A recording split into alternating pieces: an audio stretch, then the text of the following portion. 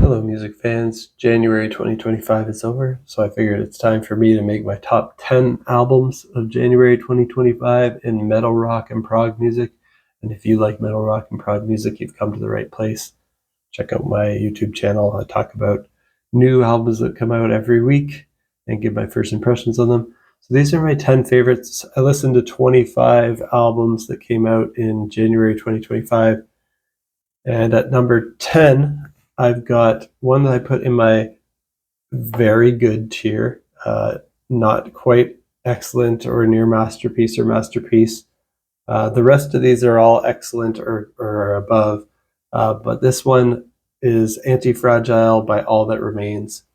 It's melodic metalcore with melodic death metal, hard rock, heavy metal, and pop influences. This is the 10th album by this American band. It's the first All That Remains album not to feature founding guitarist Ollie Herbert. He unfortunately died in 2018. So I was a bit worried about this. Ollie was my favorite part of the band, but they got a solid replacement guitarist with Jason Richardson. He plays amazingly well on this. My favorite 3-album run by All That Remains was The Fall of Ideals in 2006, Overcome in 2008, and For We Are Many in 2010. I knew if this album could match that quality, it could be a contender for Best Metalcore Album of the Year.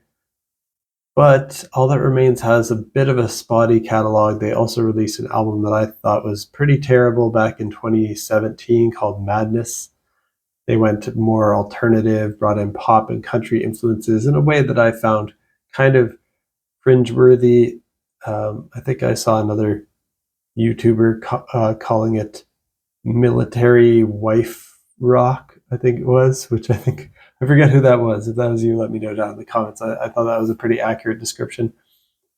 So if this album was like that, I was worried it might be a very bad and disappointing album, but luckily it kind of fell somewhere in between, in the middle of their discography for me. Definitely not their best or in their top few albums, but also not in the bottom few either.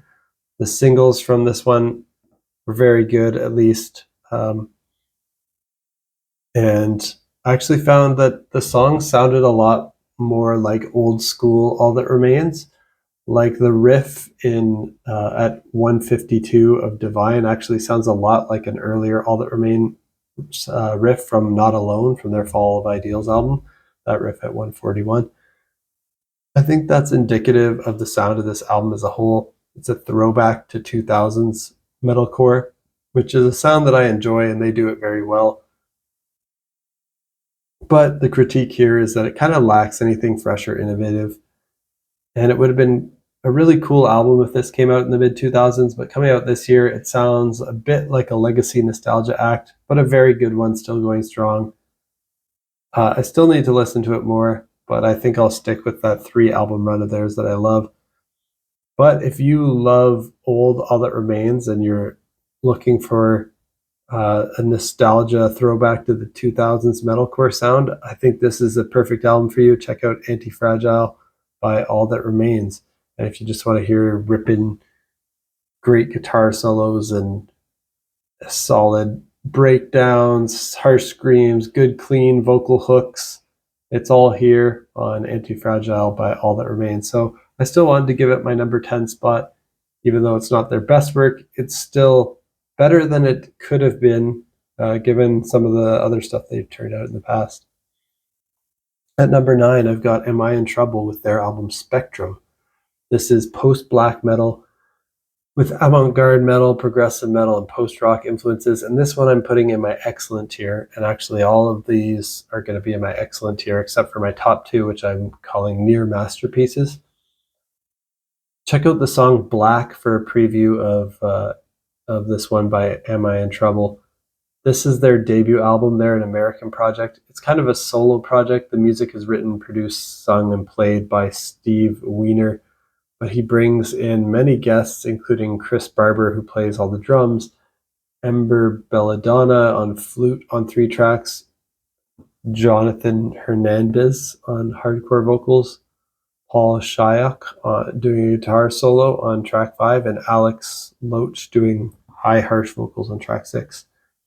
On this album, Spectrum by Am I in Trouble, each song is a color. Each song title is a color. It starts and ends with some songs that are short, just over a minute in length, yellow and green. Those ones feature acoustic guitar and flutes. They sound beautiful, happy, and hopeful. White is the second track and is the first to feature electric guitars and vocals. The vocals start off like a clean choir. It's in 6/8 time.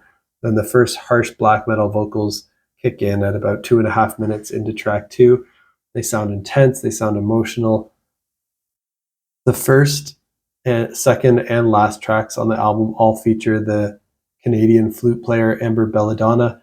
She helps bring a beauty and folk elements to the tracks, and it's really hard to compare this music to other artists, but I think if you like progressive black metal like Enslaved, Eson, and Xanthocroid, and you want to hear some folk influence in it, kind of like how Borknagar brings folk into their black metal, you want to hear that combined with some traditional heavy metal influences, as some of the guitar parts sound like Iron Maiden, but also hear some classical and cinematic sounding moments and some ambient and post-rock sounding moments. This is something you have to check out if you like black metal, prog, or post-rock. And it's only 31 minutes long, so it flies by. Compositions here are amazing. The critique that I have holding it back from near masterpiece status for me is I'm not sold on all the vocal performances or some of the productions. But I think my favorite track right now is Black, so check that out. At number 8, I've got Bumblefoot with his album Returns. This is instrumental hard rock with alternative metal and progressive metal influences. Check out the track Simon in Space for a preview. Now, this is the 9th album by this American guitar shredder. He was one of 2 lead guitarists in Guns N' Roses from 2006 until 2014. He performed on their 6th album, Chinese Democracy. Bumblefoot's the guitarist of the supergroup Sons of Apollo and also the supergroup Whom Gods Destroy. He was also the guitarist and vocalist from the band Acacia for 2019 to 2022. So I expected insane guitar virtuosity from him here. His work with Whom Gods Destroy in 2024 was just mind-blowing. I love his fretless guitar solos, and he didn't disappoint on this new album. Guitar performances here are mind-blowing, putting him up there as one of the greatest guitar players I've ever heard, really. Maybe one of the greatest ever. The solo on Simon in Space is just amazing. Most impressive is his versatility to play amazingly well in so many different styles. He has acoustic versus electric moments, fast versus slow, single note leads versus chords, fretted guitars versus fretless, metal versus rock versus even a country bluegrass moment. And this album features amazing special guests too, like Brian May from Queen, Steve Vai, Guthrie Govan, and more. If you like instrumental shred guitar, this is one of the best you can get in that genre, so definitely check out Returns by Bumblefoot. At number 7 of January 2025, I have Fleshbore with their album Painted Paradise. This is technical melodic death metal.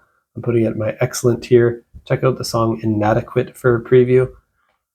This is the second album by Fleshbore. They're an American band. If you like Allegion and the Black Dahlia Murder, definitely check it out. It kind of sounds like those bands a little bit. At number 6, I've got Synaptic with Enter the Void. This is progressive technical death metal with melodic death metal influences. Also in my excellent tier, check out Malfunctional Minds for a preview of that. This is the debut album by this German band. Synaptic released their debut EP way back in 2008, so it's been a while for them since their last release. And on this one, I think I heard some fretless bass. I'm always a fan of that. If you're a fan of Allegion and the Black Dahlia Murder, definitely check it out. It sounds like a mix of those bands. Very similar to the last one that I mentioned by Fleshbore. Although I think Synaptic did a little bit more clean vocals in their release, if I recall correctly. I didn't time them with the stopwatch, but I think Synaptic, they both rely mostly on harsh vocals, Synaptic and Fleshbore. So these are the ones for the people who like that extreme, intense death metal, but they do have some melodic moments. At number 5, I've got Acacia Ridge and their album The Deviant Era. This is progressive metal It's very genty. It's got hard rock influences as well. Check out the track Nomad, which is probably one of the best tracks of the year so far. It has just a really catchy chorus. It's very catchy progressive metal. Got stuck in my head a lot. This is the second album by Acacia Ridge. They're an American band. It's the first album of theirs that I heard, but I did go back and listen to their older stuff, which is also excellent. The whole album here, the Deviant era, is very catchy progressive metal. It's got genty syncopated guitars and rhythms and groovy riffs. It mostly stays in 4/4, but it has the complexity to the rhythms. It has big choruses, poppy vocal melodies for fans of Tesseract, Leprous, Artificial Language, Sordid Pink, Relica, Capstan, Vola, and even Alter Bridge. But it's even catchier than a lot of those bands. It's as catchy as pop punk bands like Blink-182 or arena rock choruses from 80s hard rock bands like Journey, Boston, or Def Leppard. The vocals on here remind me most of Capstan and Artificial Language and Leprous. They're high pitched. They have kind of an emo post-hardcore vibe, but they don't scream much. There's a moment here and there where there's the odd scream, but it's very much focused on clean vocals. The guitars on here remind me of Tesseract in that they sound simple and groovy at first, but when you listen closely, they do a lot of subtle, intricate things. And another track that I like besides Nomad is Teeth. Definitely check this out. That's Acacia Ridge with the Deviant era. At number 4, I have Avatarium with Between You, God, the Devil, and the Dead. This is doom metal with progressive rock, psychedelic rock, stoner rock, and occult rock influences, and it's also my excellent tier. Check out the track Until Forever and Again for a preview. This is the 6th album by this Swedish band. I heard Avatarium's 5th album as well before this, and I thought it was excellent. And I've since gone back and checked out their 4th album as well, and that's also excellent. They have really strong female vocals. The band was founded by the Candlemass songwriter Leif Edling, but he's no longer part of the band. This is just an epic and dark sounding band for fans of Black Sabbath, Ghost, and Blue Oyster Cult. Imagine if those bands leaned a little bit more into the progressive side, had a bit more symphonic and ambient elements. So if you're a fan of Catatonia and Oceans of Slumber, you might like this as well. You won't get any screaming vocals here from Avatarium. It's all nice, beautiful singing, but it has some grit to it. Definitely check out Until Forever and Again, great track that I think will make you want to listen to the whole album. And the guitar solo on Notes from the Underground is also amazing. At number 3, I've got Teramaze and their EP, Desire, Colors, and Lust. This is progressive metal from Australia, and check out the track Sinister for a preview here. This Australian band, Teramaze, consistently and regularly puts out excellent music. I think they're still sounding like they're in peak form, even though they've been around for a while. I only just wish this was a full-length album because maybe it could be their best. It might even top their full-length album from 2024. This, like with Acacia Ridge, is very accessible progressive metal, a big emphasis on clean melodic vocals, big powerful choruses, but they also have great riffs, guitar solos, interesting compositions. My favorite tracks are Sinister, which is my favorite, and the title track Desire, Colors, and Lust. At number 2, I have Lunar with their album Tempora Mutantur. This is progressive death metal. Check out the track Spring in My Step for a preview. This is the 4th album by Lunar. They're an American band, and thank you to Rhyme Signatures for putting this on my radar with your review of this. That's another great YouTube channel you should check out if you like progressive metal. He always finds good stuff to review. And after listening to this, I immediately went back and listened to the whole discography of Lunar because it's all just amazing. So check it out if you're a fan of Between the Buried and Me and Opeth. They even have some moments in their catalog that are reminiscent of Tool and Haken. They have intense, harsh vocals at times, but also soaring, operatic, clean vocals at times that would fit in a power metal band or a traditional heavy metal band. It looks like they have 2 separate vocalists, which is interesting because there's like long stretches of time where only one of the two sings. So I wonder what the other one's doing on stage during that time. It doesn't look like either of the vocalists play any instruments, so maybe they just kind of get off stage when they're not needed. I'm not sure. But so far, yeah, I'm really liking the track Spring in My Step, but it was kind of hard to pick a favorite from this album because they're all quite solid. And this one is in my near masterpiece tier. It's one of the 2 near masterpieces from this month.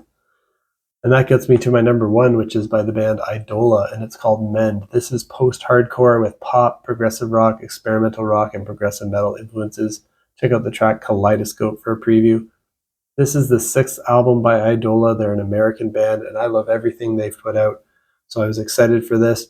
Their last album was my favorite post-hardcore album of 2024. This album is them getting closer to a pop music sound than they've ever got before, but it still features their excellent musicianship, great fast guitar parts, fast drum parts, but also nice, slow, atmospheric, and beautiful chords and voicings and beautiful, catchy vocal melodies. While their guitars in their older music used to sound more like Protest the Hero guitar parts, these ones sound more like Polyphia guitar parts. The clean vocals sound like they could be in big pop hits, but the fast guitar and drum parts just make it clear that you're not listening to radio pop here. Then the few parts where the harsh vocals do come in make that pretty clear as well. The opening track on here, called Brahmin Garden of Eden, just gets you pumped up for the album. It seems like what they might play through the speakers before they step on the stage for a live show. The second track, Prodigy, is just insanely catchy. Renaissance is a beautiful piano ballad. And my favorite track at the moment is Kaleidoscope. I like the fast 6/8 feel. I like the fast, clean guitars and the great vocal melodies. If that sounds good to you, check out Mend by Eidola. And that's it for my top 10 albums of January 2025. Let me know what your favorite albums that came out in January 2025 are down below in the comments. And let me know what you think of these albums on my list. Are there any that you've heard? Are there any that you haven't heard? Are there any that you're excited to check out based on my description? Let me know if you do check any of them out and if you like them. I like knowing that I've brought new music to people and new stuff that they've enjoyed. That always helps motivate me. And if you really like metal, rock, and prog music and want to stay in the loop on what I'm listening to and hear my first impressions of them as they come out, hit that subscribe button so that you know when I release new videos. And stay tuned for next time. Peace out.